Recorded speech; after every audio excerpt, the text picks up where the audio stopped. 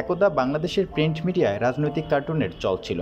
হরেক রকম কার্টুন দেখা যেত পত্রপত্রিকাগুলোতে। রফিকুন নবী, শিশির ভট্টাচার্যরা সেসব ব্যঙ্গচিত্রের মাধ্যমে রাজনৈতিক অসঙ্গতি তুলে ধরতেন মজার ছলে। সমাজে ঘটা অন্যায় অথবা বৈষম্যের প্রতিচ্ছবিও ফুটে উঠত সেসব কার্টুনে। পত্রিকায় রাজনৈতিক কার্টুন দেখার জন্য পাঠকেরাও থাকতেন অধীর অপেক্ষায়। ব্যঙ্গচিত্র হলেও তা নিছক মজার খোরাক জোগাত না, বরং আঘাত করত সমাজ ও রাষ্ট্রের ব্যাধিমূলে। জনগণের মতামত তৈরিতে সহায়ক ভূমিকাও পালন করত এসব রাজনৈতিক কার্টুন। ফলত শাসক কিংবা শোষকের কাছে কার্টুন হয়ে উঠত আতঙ্কের নাম। তারা ভয় পেত এসব ব্যঙ্গচিত্রকে। তাই সেসব কার্টুন প্রকাশিত হওয়ার পর নিজেদের ভুল সামলে নেয়ার চেষ্টা করত শাসক গোষ্ঠী। তাতে আখেরে দেশেরই লাভ হতো। কিন্তু মাঝে কয়েক বছর পত্রিকায় তেমন কোনো রাজনৈতিক কার্টুন দেখা যায়নি। মনে হচ্ছিল এই ব্যঙ্গচিত্রের হিউমার সহ্য করতে পারছে না সরকার পক্ষ। মনে হচ্ছিল এক অদৃশ্য আদেশে কেউ যেন রাজনৈতিক কার্টুন আঁকায় নিষেধাজ্ঞা জারি করেছে। তখন শুধুমাত্র রাজনৈতিক কার্টুন আঁকার জন্য রাষ্ট্রযন্ত্রের নির্যাতনের শিকার হতে হয় কার্টুনিস্ট আহমেদ কবির কিশোরকে।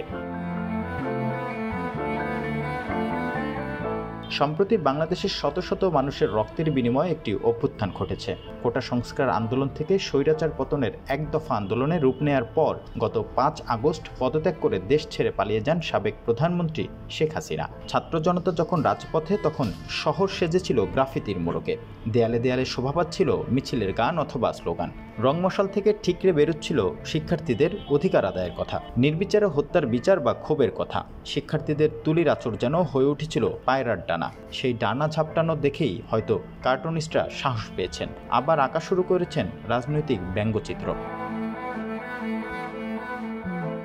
গত 7 আগস্ট কার্টুনিস্ট মেহেদী হক একটি কার্টুন এঁকে ফেসবুকে পোস্ট করেন। সেটা ছিল Japanese horror film the ring এর একটি আইকনিক দৃশ্য অবলম্বনে। রিং সিনেমায় দেখা যায় এক অশরীরী বা প্রেতাত্মা টেলিভিশন থেকে বের হয়ে বাস্তবিক পৃথিবীতে নেমে আসছে আর মানুষকে ভয় দেখাচ্ছে।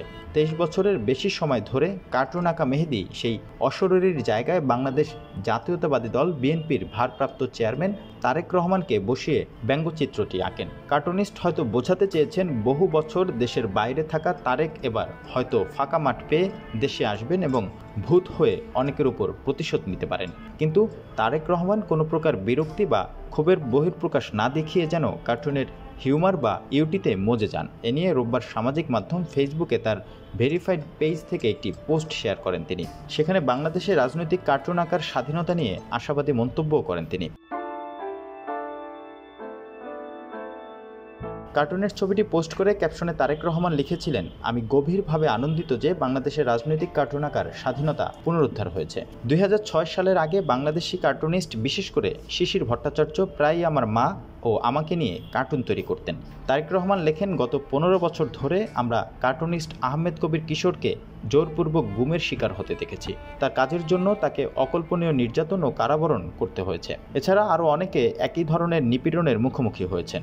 শিশির ভট্টাচার্য অবশেষে কার্টুন তৈরি করা বন্ধও করে দেন। বিএনপির ভারপ্রাপ্ত চেয়ারম্যান আরও লেখেন, আমি কার্টুনিস্ট মেহেদীর ভক্ত।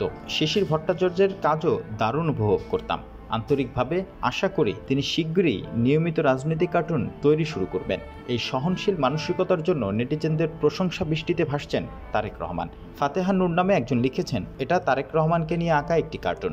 গ্রহণ করার জন্য আপনাকে ধন্যবাদ জানাই। এটাই বাক স্বাধীনতা, এটাই গ্রহণের স্বাধীনতা। রাকিব হোসেন নামে আরেকজন লিখেন, বিএনপি স্বাধীনতায় বিশ্বাসী ছিল, ভবিষ্যতেও থাকবে। আর কোনো ফুটপান্ডা চাই না। বিএনপির জন্য রইল শুভকামনা। রিপন হোসেন, ঢাকা মেইল।